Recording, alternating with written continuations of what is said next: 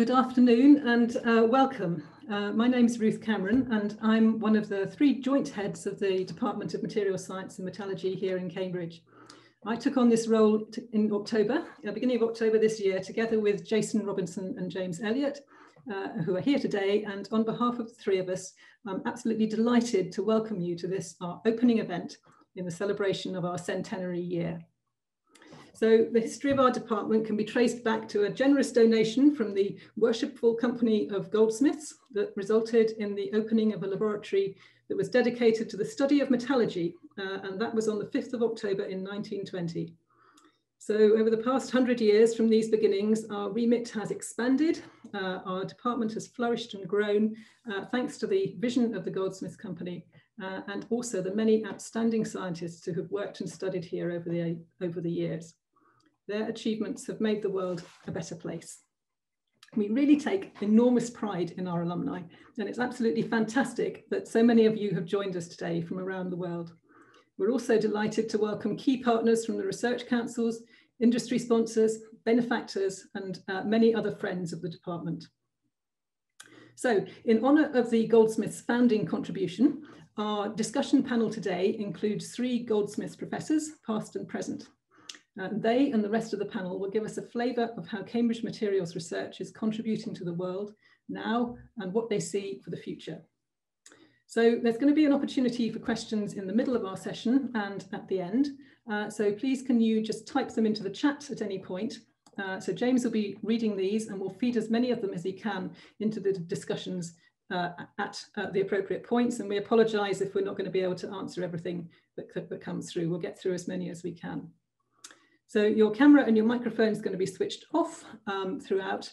And just to let you know, today's session is also being recorded. So now I'm going to hand over to Professor Lindsay Greer, who's going to be chairing today's panel discussion.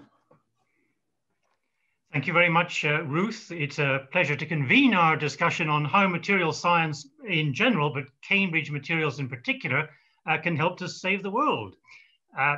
Present concerns about COVID should not obscure the harsh reality that there will be no vaccine against global warming, against unsustainability, against the needs of an aging population, no vaccine against environmental degradation.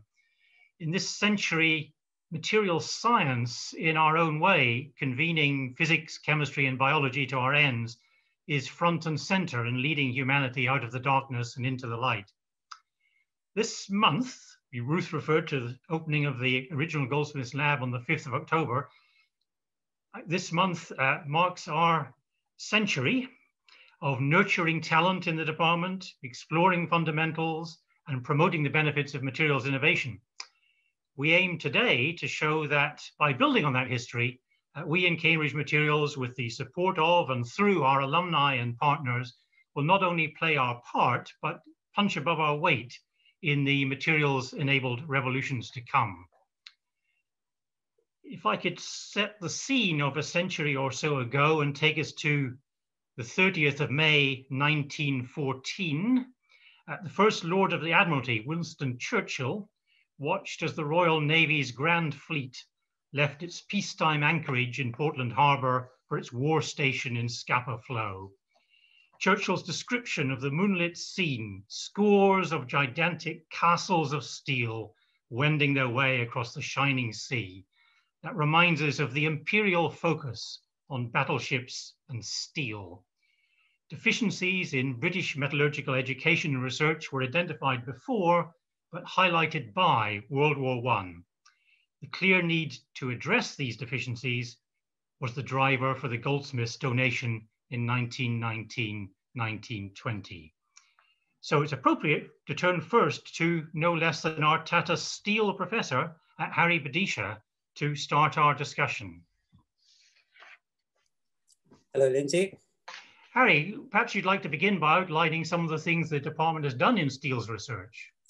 Of course, there are many, but I think the seminal moment was when Robert Honeycomb, the late Robert Honeycomb, started the famous Steels group in Cambridge, which was characterized by real adventurous experiments and meticulous characterization of steel at many different length scales. And there were so many surprises which came out of that work. For example, the basis of interface precipitation, the theory and practice of interface precipitation was revealed by him by direct real-time observations of step motion in the solid state using photoemission electron microscopy. And just a few years ago, there was an automotive steel invented entirely based on that science. And that steel is so mechanically homogeneous that you get a remarkable combination of formability and strength at the same time. And Harry, you appear to be standing in the Channel Tunnel, which even if Eurostar frequency is not what it was, can't be very safe. But I know, but you know, explain what lies behind in your hands, I feel completely safe. So the reason for using this background is that many years ago, by studying in detail the choreography of atoms during the bainite transformation, we were able to design theoretically railway steel, which contains no carbides whatsoever. Okay, so this is the first ever carbide-free bainitic rail. It's installed in the Channel Tunnel. And in April this year, it reached 1 billion, in excess of 1 billion gross tons of traffic without any grinding that is used on normal rails to get rid of surface-initiated fatigue cracks. So this steel is very resistant to fatigue cracks, rolling contact fatigue cracks. But there's much more to it than that.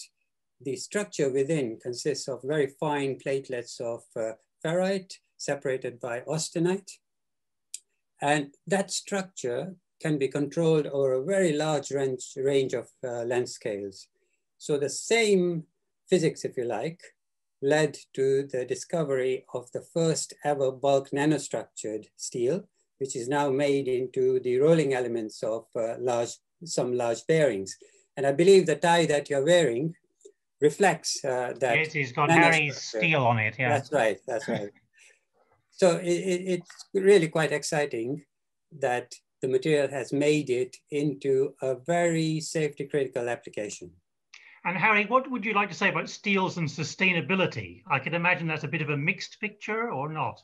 Absolutely. So, you know, I've been a metallurgist now for precisely 50 years. And during that period, there has never been a serious challenge to steels.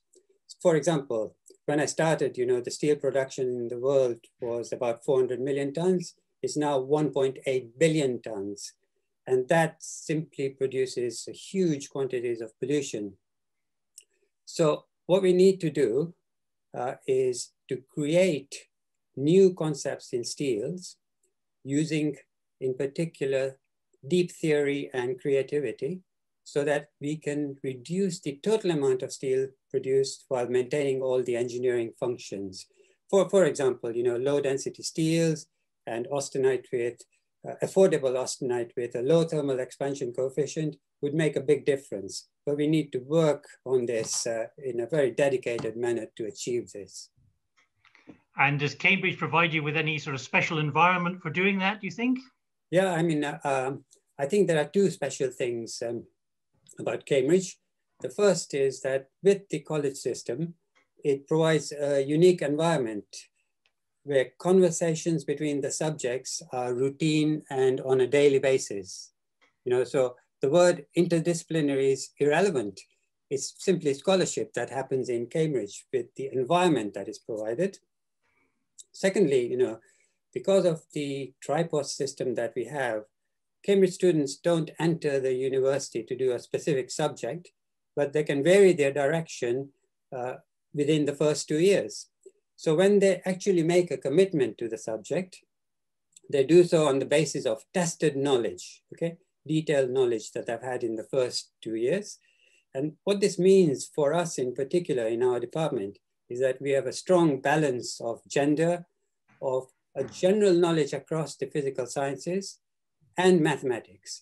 And that, I think, is really spectacular when it comes to doing research of the type that we do. Materials is the most interdisciplinary subject in the world. So that's a good point, Harry, to thank you. for your contribution today, and I'll hand on to our next panelist, Louise Hirst. So Harry, sitting in the Channel Tunnel, is reminding us of improving links with Europe, but Louise shows us that the reach of Cambridge materials goes beyond the bounds of mere surface of planet Earth. So Louise, tell us a little bit about space-based services and why we should care. Yes, certainly. So space-based services are actually already completely ubiquitous within our lives. We might not realize it, but we use them all the time. As soon as you order your Uber Eats or you look up your Google navigation, a space-based communication has taken place. And that is really set to increase in the coming years. So places where it's going to have a real impact is things like the connectivity of our energy networks, so using energy very efficiently.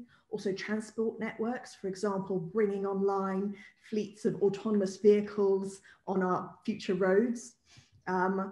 There's also our individual usage of data, for example, is going to be transformed by the availability, the wider availability of space-based services. And of course, the way that we use it for our emergency services is hugely enabling too. So in regions where there are natural disasters, for example, our ability to respond much more effectively. So it really is a humanitarian and economic necessity that we get this universal access to low-cost space-based services. And your particular angle on this is getting power to devices in space? Yeah, absolutely. So what we're working on is developing the materials and the device architectures that actually power the payloads, essentially. So that's your communication part, the power that it requires. And so these are basically photovoltaic devices, but quite different to what we would have in a terrestrial setting. So what's your particular focus then on these new materials? Well, some of the things that we need for space is that we need them to be particularly low mass. It costs between $5,000 and $30,000 a kilogram to launch something into space, so we need to be really efficient on that. The other unique challenge for space is radiation tolerance. So the things that we're looking at is designing materials that are intrinsically radiation tolerant, and also changing the device architectures so that they are much more able to survive in these types of environments. So for example, the current industry workhorse, if you like, that's up there powering many of our current services, that's maybe tens of microns thick. What we're looking at is designing devices that are sub 100 nanometers thick. So of course, the electronics completely changes on that length scale, as does the optics. So doing things like integrating nanophotonic structures. We're also working on developing new methods for synthesis of these materials that are better in terms of cost and also better in terms of our ability to integrate them with other materials. Now, Louise, you're an example of somebody actually holding a joint appointment in materials and in physics. Is that a good thing or a bad thing, or what would you like to say? Well, for me, I just came to Cambridge in 2018, and starting out and building a new group, this has been a really fantastic advantage in terms of creating new contacts and learning about the way that Cambridge runs. Specifically because my program of research is very much translational. So we are looking at really some quite fundamental concepts in optics, in condensed matter, right the way through to some very applied challenges like what's the radiation tolerance of this particular structure that we've created and can it survive a certain mission? And so having this this post, which gives me two hats and spans two departments, gives me access to a whole range of different students with different backgrounds, different experiences. And that really allows us to aim for higher impact in our research, really, particularly given its translational nature. Well, thank you very much indeed, Louise, for that. And we'll now head back to Earth, as it were, where issues of generation of electricity without burning hydrocarbons will also play out as part of a broader aim towards an energy transition. And who better to tell us about that than our current Goldsmiths professor, Manish Chhowalla. Now, Manish, you work on atomically thin materials. I guess we've all sort of heard of graphene, but you'll tell us it's a much, much broader picture than that. That's right, Lindsay. Thanks very much. Yeah, graphene is just the tip of the iceberg. There's hundreds of other two-dimensional or atomically thin materials. Actually, there's a long history at Cambridge on working on layered materials or intercalation compounds, as they were called in the past. But in the 50s and 60s and 70s, there was a really critical mass of research on these materials when it wasn't necessarily fashionable or Nobel Prize winning. But So we've sort of picked up that mantle, and we're focusing on using these atomically thin or two-dimensional materials for enabling the energy transition. So specifically, these 2D materials have interesting properties that make them useful for generating clean hydrogen in a less polluting way.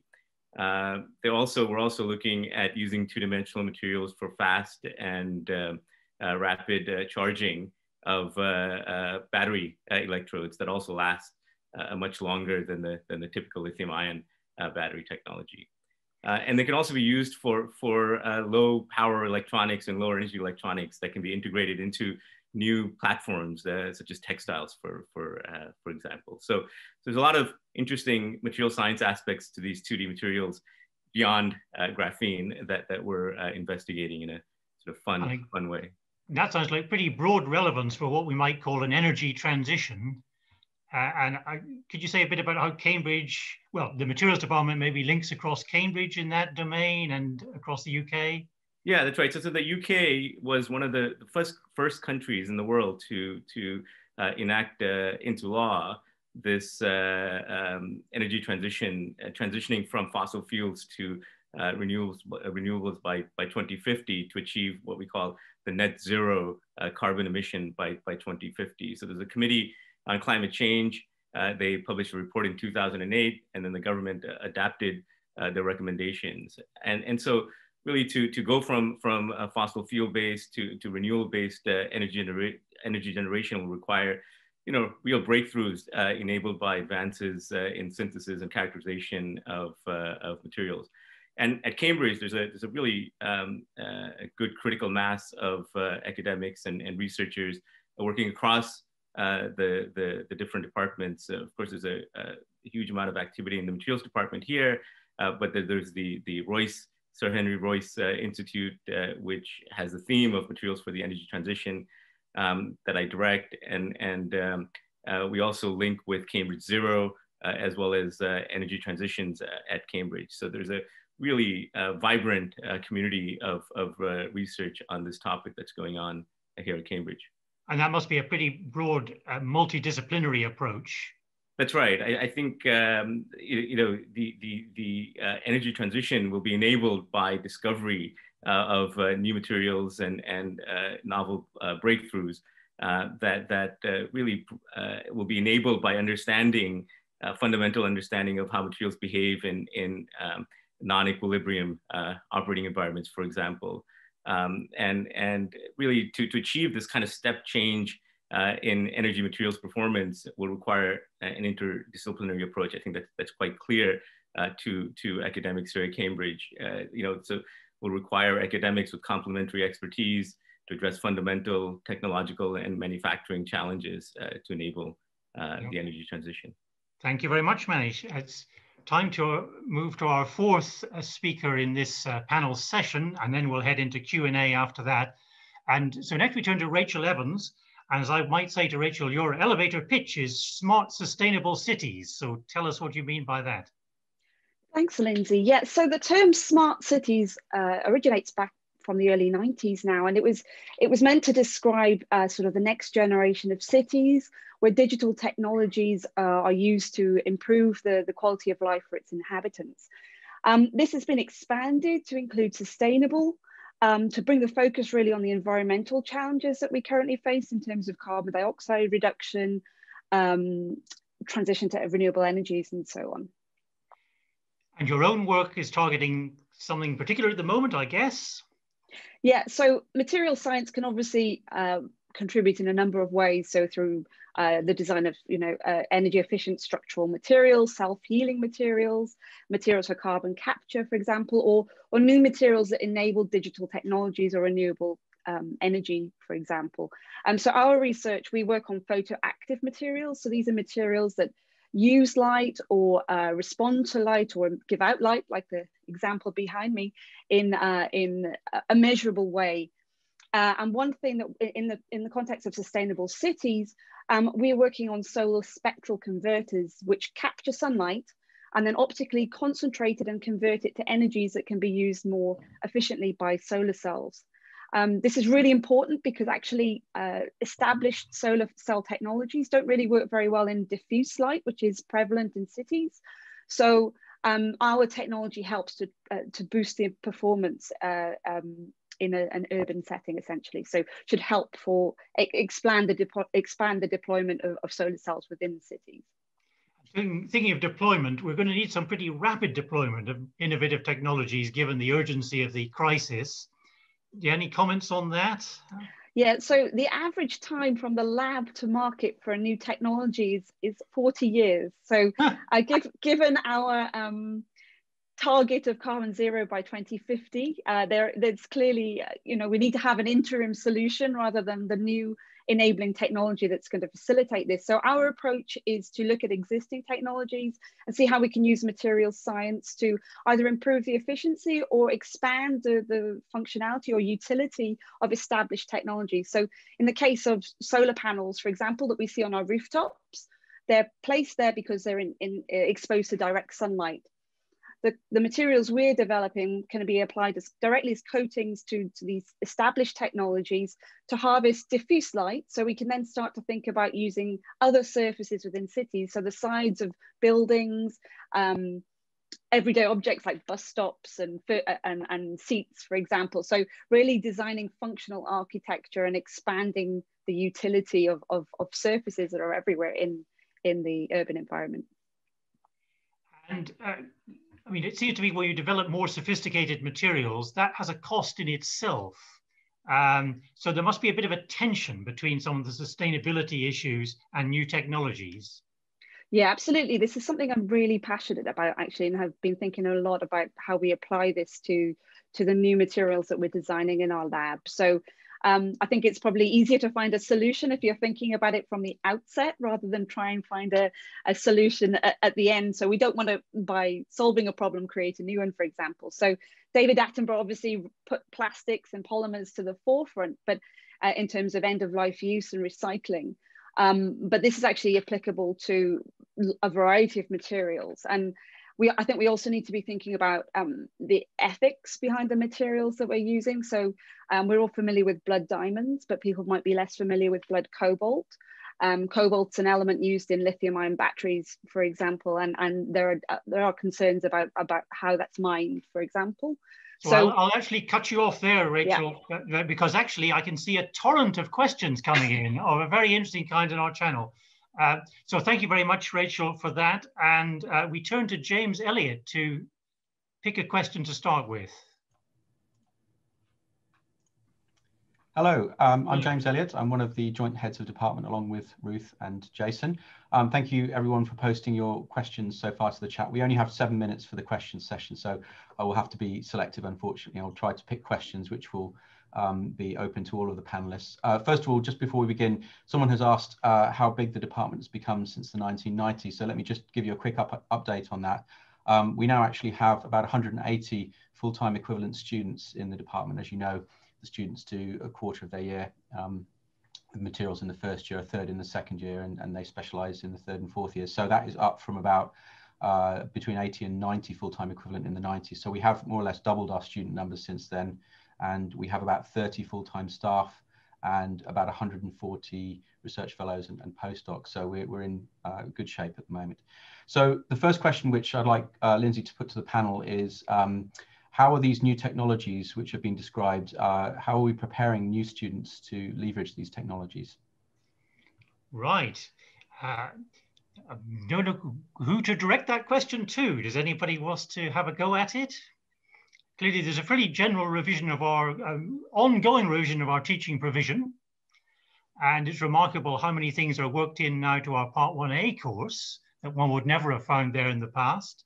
For example, biomaterials. So I think there's quite a lot going on. Rachel, would you like to comment? Sure. Well, I think in the Part 3, so the final year of the course, it's really where we get the opportunity to sort of teach and engage the students with research activities and really bring in research-led teaching. The students also get an opportunity to undertake research projects in different labs, so they really get a hands-on experience at some of these new challenges that we're trying to find a material science solution to. Thank you. I think even in the undergraduate lectures, as Lindsay pointed out, we emphasize some aspects of research, but we also point out the problems associated with actually taking a material to technology. Because if you don't focus, pay some attention to that, then basically it remains as a publication. Thank you, Harry. Back to James, perhaps. Thank you. So someone has asked here, there's a big connection here between engineering and materials science. So can people say how we're making these new materials available for use by engineers? I think I look directly in Harry's direction, who sees his materials in use all the time on a big scale. Yeah, so I think we cannot do this just by ourselves. We can go somewhere along creating a new material, but then you need to spend a lot more money to prove that it can be used safely. And there's nothing better than an industrial partner to help with that. So for example, the development of this rail steel cost £17 million in the final stages of the project. And we have worked with Rolls-Royce to create a single shaft solution for civil engines. And the amount of money that Rolls-Royce spends into taking it to a certain technology readiness level is far greater than what we do in research. So without partners who are willing to take this forward, or without setting up startup companies, you have to be realistic about what can make it into the final application. Thank you, Harry. Back to James. Okay, so someone has asked here, have the panelists encountered anything unexpected in their research, and did that lead to new thinking, and if so, how? Would anybody other than Harry like to jump in on that one?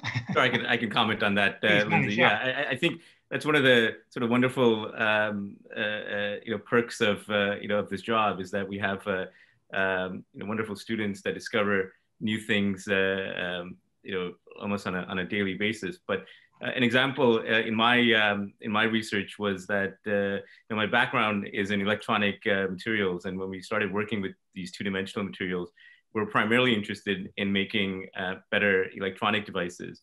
But a very clever student who started looking at electrochemical properties of these materials and showed that they can actually be very, very good catalysts for splitting water and generating hydrogen. And this is sort of a lateral thinking that the student tried, went with his gut instinct and tried a new experiment. And created a whole new field of research in 2013. So I think it's one of the great benefits of doing this kind of fundamental research that allows us to find unexpected results. Thank you. Back to James. So we have maybe a couple of related questions here. First of all, about the time from lab to commercialization. This can often be very long. How can we accelerate that? And sort of related to that, how can we deliver social and economic benefits from the research which is done?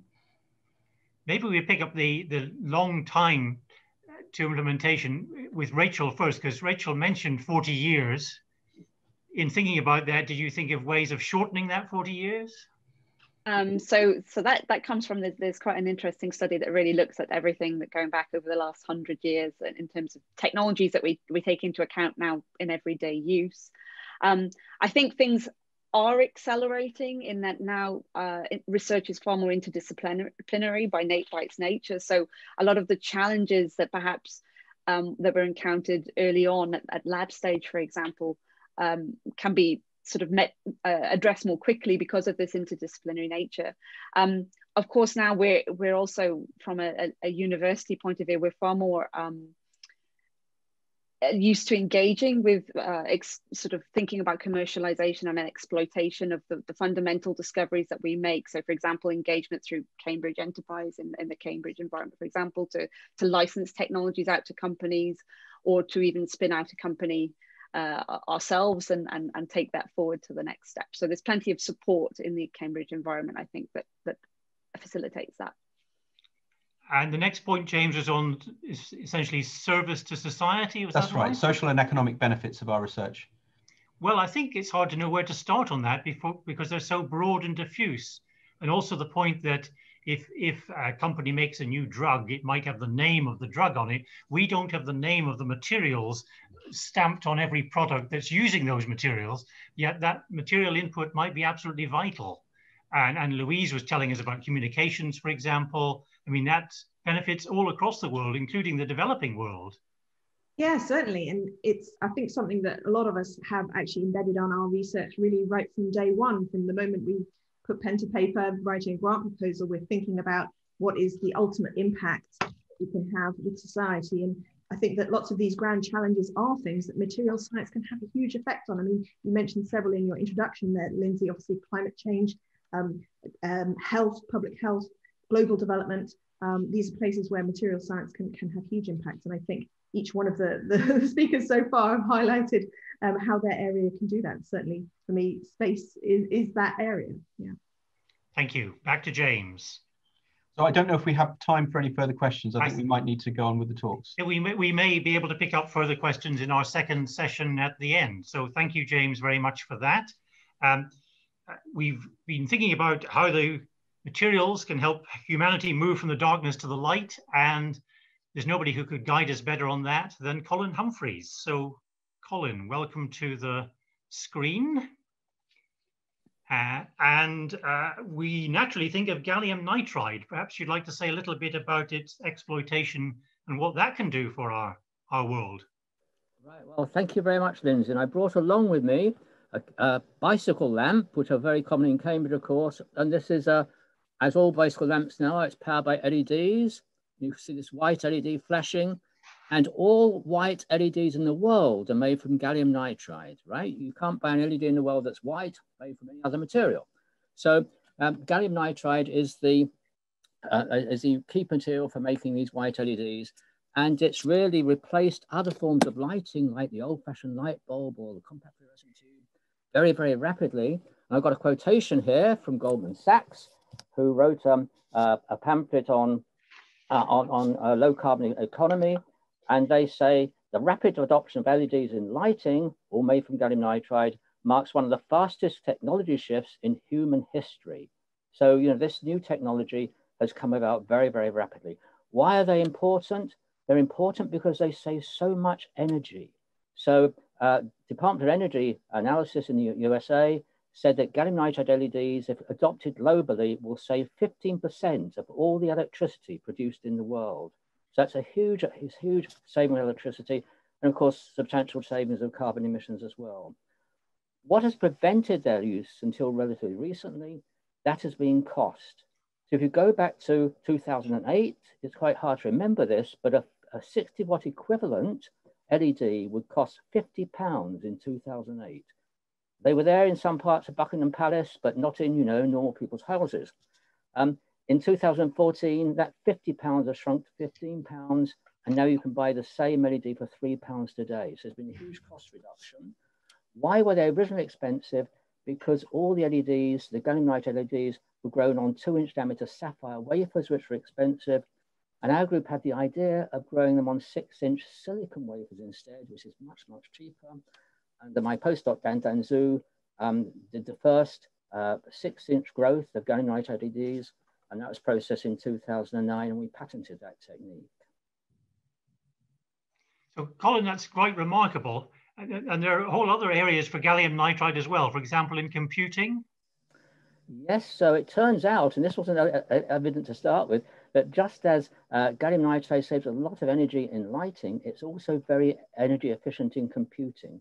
So if you have a gallium nitride transistor and a silicon transistor doing the same thing, the gallium nitride consumes only 40% of the electricity of a silicon transistor.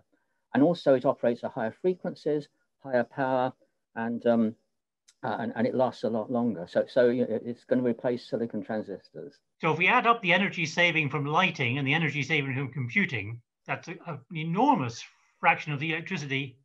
It is amazing, Lindsay. So the energy saving from lighting is 15%. The electricity saving from computing is 10%. And so if you add those together, gallium nitride can save 25% of our electricity consumption. So it's a most remarkable material. Well, it's hard to beat that, I think. There's some general points about the department that we might return to those later in our discussion, Colin. Right. And maybe for the moment, I should make the transition to our next panelist, who's Tomeo.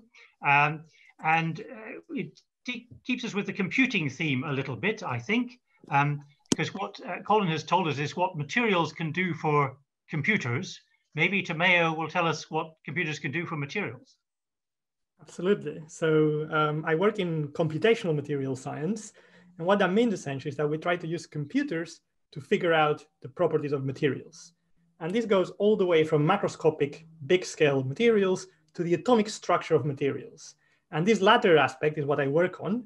We try to build materials one atom at a time to endow them with exotic properties that we can use them in novel technologies. And to do that, we need to solve essentially the equations of quantum mechanics. So in our own work, we work all the way from making more efficient solar cells to trying to make low power electronics for these computers that we were talking about. So another thing I want to bring up at this point is relating to the question we had about the 40-year average in going from the lab to commercialization. And that's precisely the vision of computational material science. So if we use computers to design materials virtually, we can do that much faster and much cheaper than it can be traditionally done in a normal lab. And indeed, that's the idea behind something you probably have heard about, which is the Materials Genome Project, launched in the United States a few years ago, whose motto, and I'm reading here, is to deploy advanced materials twice as fast at a fraction of the cost. So this is precisely where we can come in and help. So this is really the vision that drives our research, but there are also challenges in doing that. And the main challenge is, can we trust our calculations? Can we trust what the computer tells us that the material will behave like? And the answer actually turns out to be that not always. And just to give you an example, at the moment, we can very reliably calculate the properties of materials at the absolute zero of temperature. So that's about minus 273 degrees Celsius.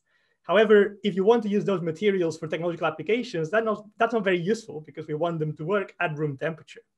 And if we try to predict the properties of materials at room temperature, then that's much harder and the calculations are not so reliable. So that's another aspect of our research, trying to make these calculations more reliable to help us make better predictions about how materials will behave. And as we do ever more computation and ever faster, isn't there a bit of a problem with energy consumption with this? Absolutely. So, and this sort of takes me to a sort of a meta aspect of our research. You're absolutely correct. So current predictions are that the energy consumption coming from ICT, information and communications technology, will reach about 30% of all the energy being consumed in the world in only 10 years. So 30% of all the energy. And this includes a large fraction of this is the computer farms that power everything from Facebook to Twitter to Instagram that we use all the time, but also these very calculations that we're doing to try to design the materials of the future. So in a sense, what we're doing at the moment is we're using not so green current computers to design the greener computers of the future that will allow us to solve this problem.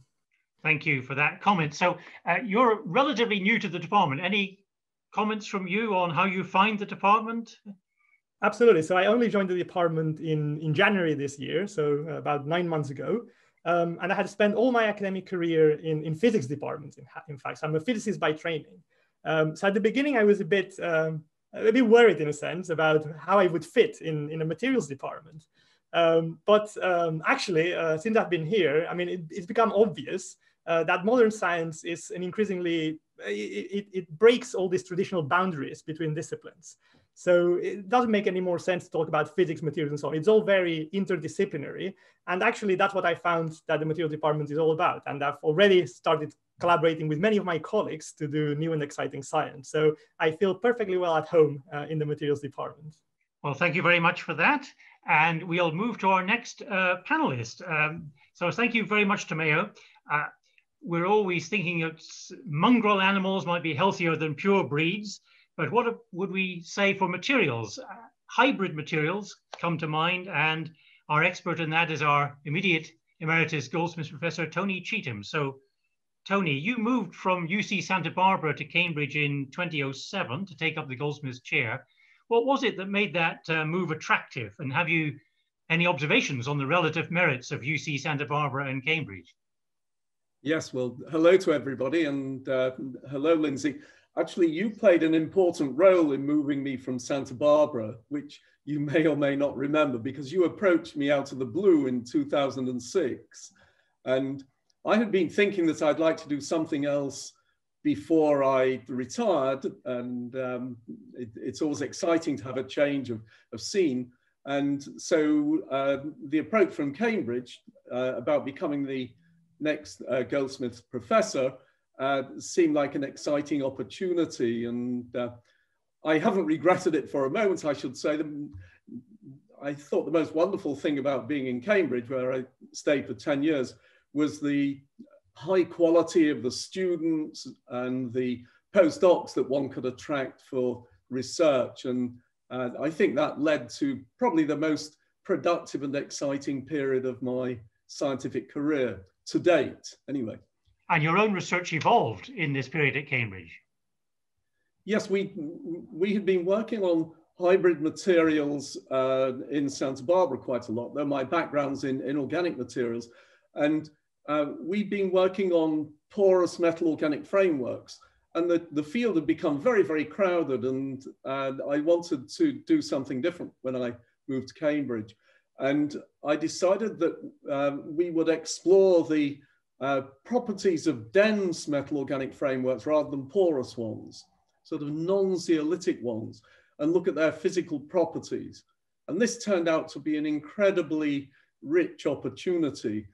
We discovered the first hybrid ferroelectrics, multi-ferroic materials, photoluminescent metal organic frameworks, and ionic conductors, electronic conductors, and so on. One of the highlights was actually discovering that you could make amorphous and glassy metal organic frameworks, which was done by one of my first graduate students in Cambridge, Tom Bennett, who's now in the department as a Royal Society URF.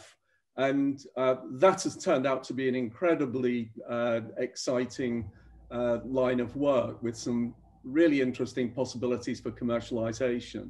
And of course, Tony, you were engaged in so many other domains while Goldsmiths professor, say at the Royal Society and looking out internationally. Anything you'd like to say about that? Yes, actually, I became treasurer and vice president of the Royal Society.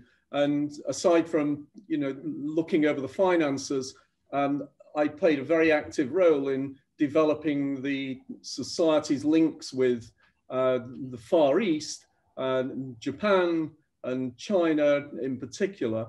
And I also put quite a lot of effort into trying to build links between Cambridge and China. And we had a wonderful workshop with the Chinese Academy of Sciences in Cambridge. It must have been in about 2010 or 2011, something like that. And unfortunately, the university at that time decided that it didn't want to invest any further in engagement with China. And so though it got off to a good start, it really fizzled out after that. But maybe that's something we should be picking up as we go forward. I think so. I was thinking that, we need some kind of legacy from this centenary. And certainly one of the possible things we could do would be to have an international partnership, perhaps, with university or universities in, say, China, because, that in a lot of respects is going to be an important part of our future in science and in material science. So that might be a good idea to take out of this session that we're having now. So thank you very much for that. And I was thanking Tony, move to our fourth speaker, Malavika Nair. And Malavika is going to take us further in this inorganic to organic sequence that we've met with hybrid materials all the way to Homo sapiens. So over to Malavika. Yeah, so hi everyone. So broadly, I work in the area for regenerative devices, where the goal is to try and enable the body to repair and regenerate a version of healthy tissue at the site of injury, rather than just to replace it with permanent implants that are usually made from synthetic materials. So in order to do this successfully, we need to recruit cells, which are the building block of life, and they rely on organic materials, as we've just pointed out, and to guide them to repair the tissue as we desire. So in this sense, we are creating temporary porous structures known as scaffolds for cells to weave through and lay down new tissue during the repair process, just as we'd expect with construction scaffolds. So cells build up complex life from the bottom up, but that means that at every length scale, changes to the structure or properties of a scaffold that we create is likely to influence its behavior. So my research was focused on a multi-scale characterization of all scaffolds, all the way from the microstructure of porous networks that are templated by ice crystal growth and its sublimation afterwards, all the way down to the molecular structure of proteins that we can start to probe to look at the local and global properties of the device, such as the mechanical, biochemical, or even electrical properties. And machine learning also plays a huge part in this because of how we can now move towards data-driven models to try and predict the structures that we can get. So it seems biomaterials has moved on a lot since peg legs for pirates. Absolutely, yes. So peg legs for pirates and peg legs for maimed legs used to be the standard a long time ago. But then we've slowly moved towards replacements that were barely good at just providing structural support to replacements that were taking into account some of the more complex functions of the biological systems that we're trying to replicate. And today we're now really looking at regeneration rather than replacement, because as many of us maybe have encountered through various material selection charts, biological systems are incredibly complex in the number of functions that they have to satisfy. So really, we've now come to the conclusion that often the best material to replace biomaterials tend to be the biomaterials themselves. And all of that must be highly multidisciplinary. Do you have any thoughts on how that links to our teaching program at Cambridge? Because we had an earlier question in our Q&A session of, what are we doing to prepare our students for this new world? Absolutely. So I think one of the things, so I actually did my undergraduate at Cambridge as well, so I can also speak from that experience. So one of the most unique aspects of the Cambridge Natural Science degree is the breadth that it covers throughout the tripos and the flexibility in the earlier years to pick different disciplines within science, which I really think is about gaining exposure to various approaches to a shared problem, such as biomedical devices or biomaterials, and then later choosing to specialize in a particular approach rather than having kind of segregated areas of interest within each discipline. So having that appreciation of a variety of approaches to a problem is actually a great emulation of interdisciplinary research later down in the line. So biomaterials in and of itself is a topic that is covered in material science from the view of structure, property, processing relationships. And that's fantastic for a material science point of view, but we also have collaborations with a large variety of groups, both within Cambridge and outside, so that we can bring in their expertise into the mix and learn from them as well. And I suppose the now quite large Cambridge Biomedical Campus is relevant here. Absolutely, yes. So I think it must be, we have to point out that the biomedical campus are still focusing on questions that are to do with the more biochemistry aspects of problems. So they're looking at the genetics and they're looking at it from a very particular angle. So the materials department can actually bring in the fact that we are focused on it from a completely different angle and start to address problems so that we can get a more comprehensive view of the whole system rather than just looking at it from the view of cells alone. That's very good. Thank you very much, Malavika. Launches us nicely into our next Q&A session. So I turn over to James again. All right, thank you, Lindsay. Yes, we've had lots of questions stimulated and still some left over from the last session. But we've heard a lot about computers and artificial intelligence and machine learning and their effect on materials, also new materials for electronics. Would the panel members like to comment on how they think that's going to change the way in which material science is done in the future? Sounds an obvious first stop for Tomeo. Yes, more than happy to take that. It's right down my alley. So I'm a true believer in the power of computers to solve all the problems in the world. Definitely machine learning and other types of algorithms will play an increasingly important role.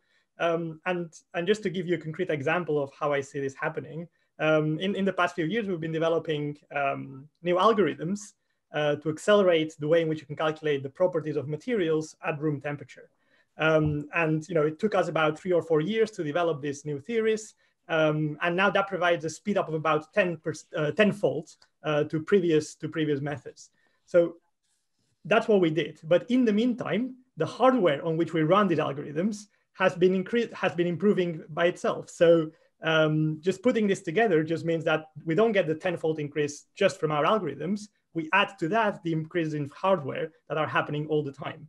And I can only see that increasing. So hardware keeps getting better and better. So that means that we'll be able to do better and better calculations moving forward. So I think computation, machine learning, and otherwise will play an increasingly important role in material science. I'm sure there's a lot more to say on that topic, but looking at the long list of questions, I think we should probably allow James to take us to the next question. Yeah, so there have been questions about what alternatives there are to academic careers when people do PhDs. And of course, most of the people in the panel are academics, if not all of them. But could people comment on what opportunities there are for material science graduates after they've done a PhD, perhaps including outside of academia as well?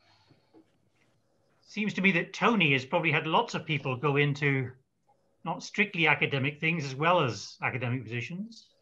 Yes, I'd very much like to comment on that, Lindsay. Some of the most striking examples are people who go and start businesses, for example, startup companies.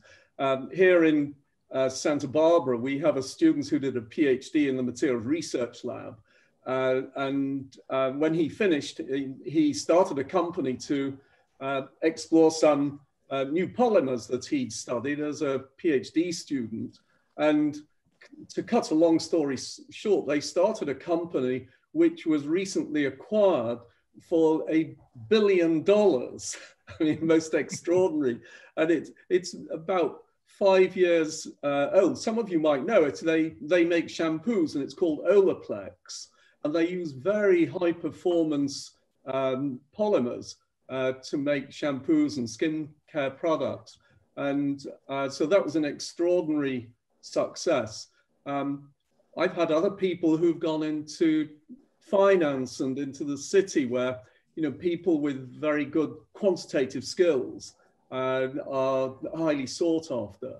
So it's by no means the only possibility that people go into academia.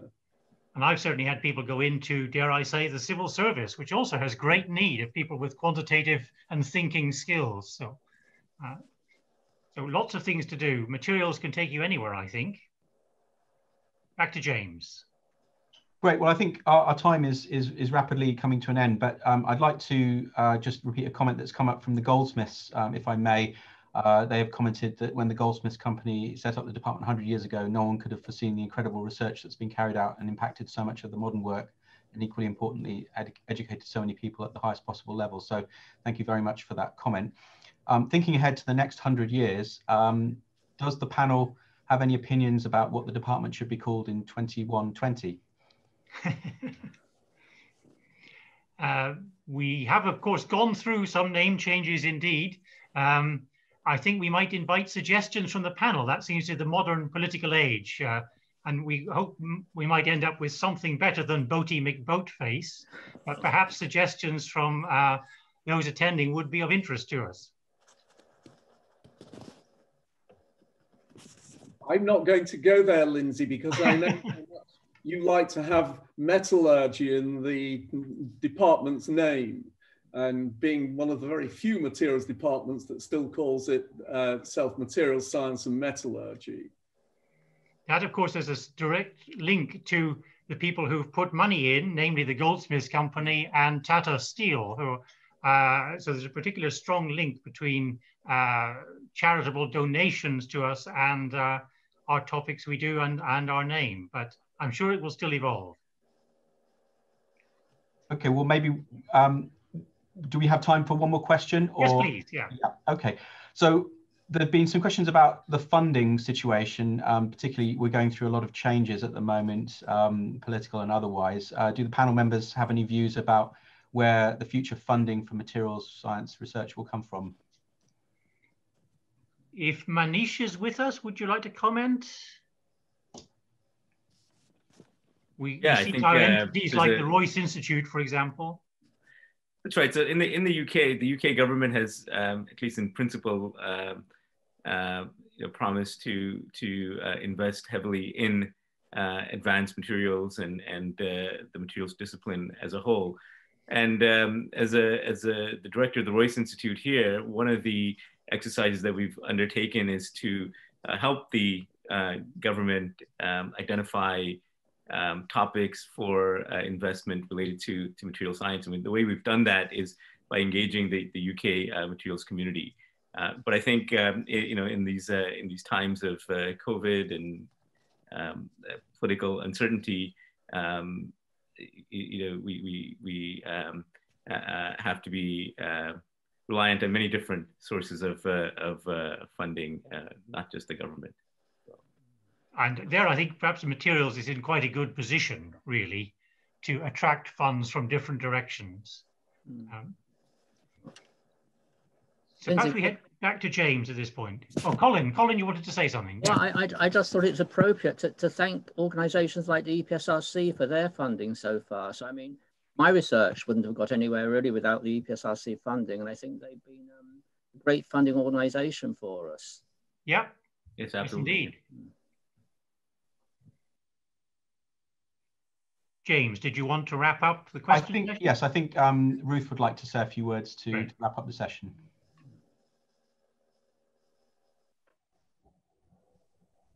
You're muted, Ruth. Thank you. The one person that didn't manage to unmute. Thank you. Looking at the questions, there seemed to be one final question that I wanted to address, which is how the department alumni can best support the progression of today's students into industrial careers versus continuing in academic research. And so I particularly wanted to pick that point up before we close. We are hugely proud of all our alumni and all of the things that they have got on to do. Indeed, there are many things that you can do to help our new students, our continuing students go into, to follow you into industry. Things like offering internships and placements for our studentships. We have a summer program that is incredibly valuable for them. Could you be a speaker for one of our speaker days? We have third and fourth year speaker days where we bring in speakers from industry to share their experience. The Careers Service centrally is always looking for people to represent their work. Make sure your company is looking to recruit materials students, and promoting Cambridge Materials Science at secondary school also is, as a possible course of study, is very important. And of course, finally, supporting students financially. We benefit hugely from the support that industry has provided for the research for students, and that makes a massive difference to them. So I'd like to close now by thanking our speakers and our chair for absolutely fascinating insight into the contributions of material science at Cambridge. Listening today, I'm really once again struck by the centrality of material science in tackling the world's problems and its role as a discipline bridging hub for scientific advances. And we've heard that really from as a theme running through what we've heard from many people today. So finally, thank you to everyone here for joining us today. It's been great to open our 100th year with you all present. I'm aware we haven't got to everybody's questions today, but do please feel free to get in touch with us if you'd like to continue the conversation. We're all absolutely delighted to hear from our alumni always, and we really hope to see more of you and talk with you more over the coming year. This has been the first of a number of centenary events that we're planning. We've got some ideas of our own, but we really welcome any further ideas that you have. And again, please do get in touch with us and continue the interaction with us over this year. We'll be in touch with you about further details, with further details of further events soon. So finally, thank you again.